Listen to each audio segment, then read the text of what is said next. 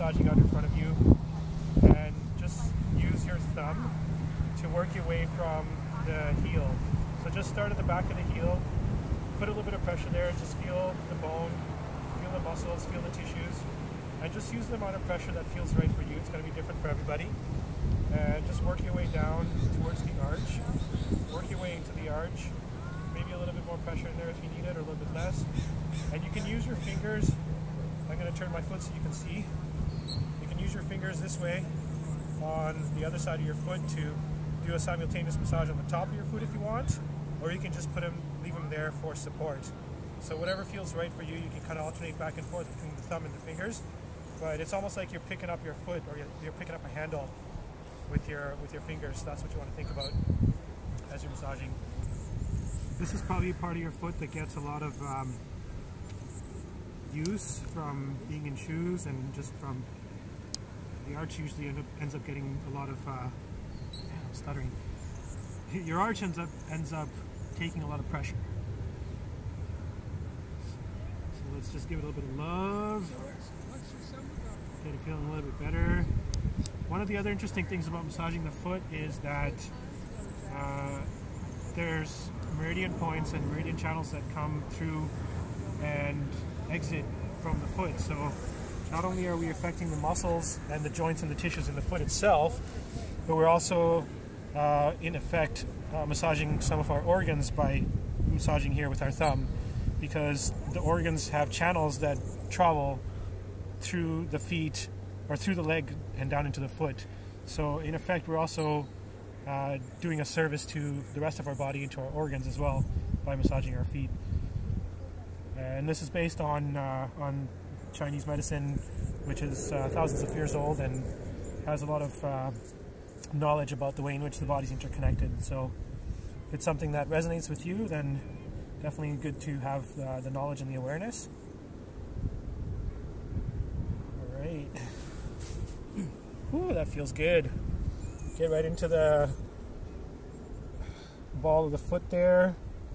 That's another area that gets... That one hurts a lot. Yeah. Yeah. We end up putting a lot of pressure on this part of the foot too, just from walking and our toes.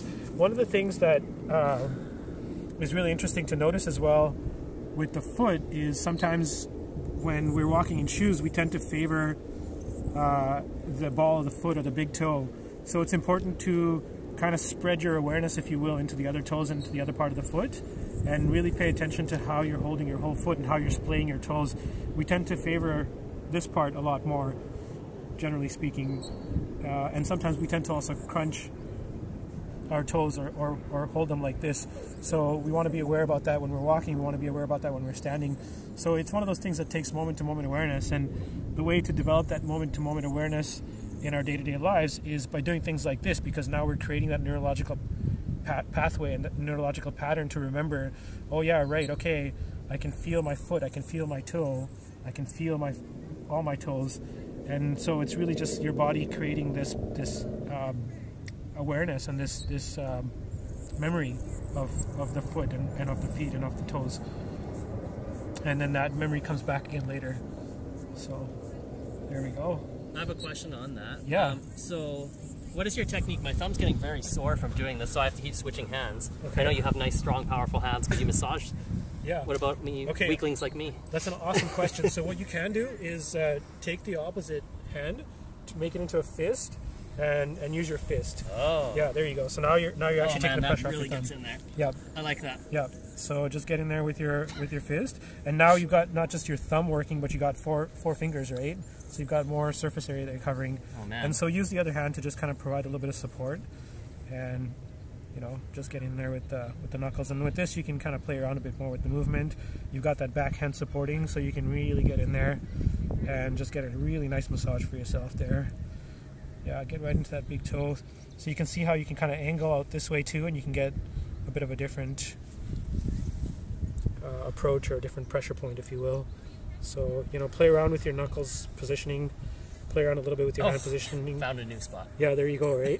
Awesome. So just even turning your hand sideways like this and, turning it around, you get into some different areas and different spots, and oh yeah, here we go. Get into some different ways of doing what you got to do.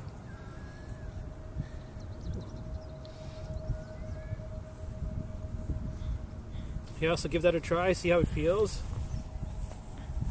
And you can also get into the calf muscles too. So just holding your leg out in front of you. If you have a cushion at home, you know, put a cushion out underneath your knee. Give it that extra little bit of support. It just feels a lot nicer. And get in on both sides of your knee here. So you've got your patella or the knee bone, which sits right on top. And what you want to do is you want to bring your hands down on either side of the patella. And you must be wondering what this has to do with the foot. Well, a lot of the foot muscles actually attach on your front, side, and back of your legs. So by massaging here, you're actually also doing a service to your foot.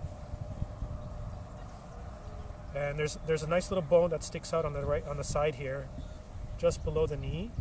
And it's a separate bone. There's two bones in the leg. This one's called the fibula, and it has muscle attachments to it, and it forms part of the bottom of the. Pardon me. It forms part of the ankle on the right-hand side. So massaging this over here just helps the ankle out nicely, helps the muscles out that are moving your foot and your leg as well. And you can just use the heel of your hand, and that takes a bit of pressure off your thumb. So just using the heels of your hands on both sides, just getting right in there. Massage along the bone in the front there. This area can use a lot of work. We usually get shin splints from doing a lot of activity, running, things like that. So, and if you want to be really a little bit extra there, you can just do a bit of thumping. Can I dig my knuckles in the same way like the foot? Yeah, you can, absolutely. Yeah, that's another way to go for sure. It just depends on how tender you might be, because they might be a little bit more tender in these muscles here, I think.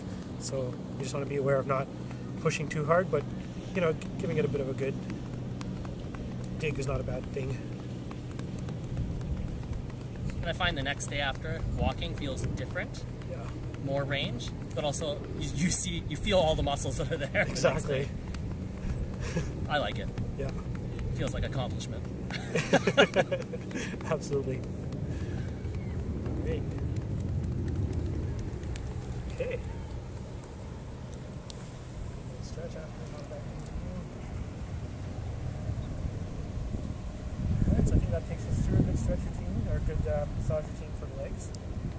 And that's a good way to end your workout. It's also potentially a good way to start your workout. Usually ending, I think, is good, because you've already got the blood flowing, got a good way to flush the system out once you've finished your workout by a good massage.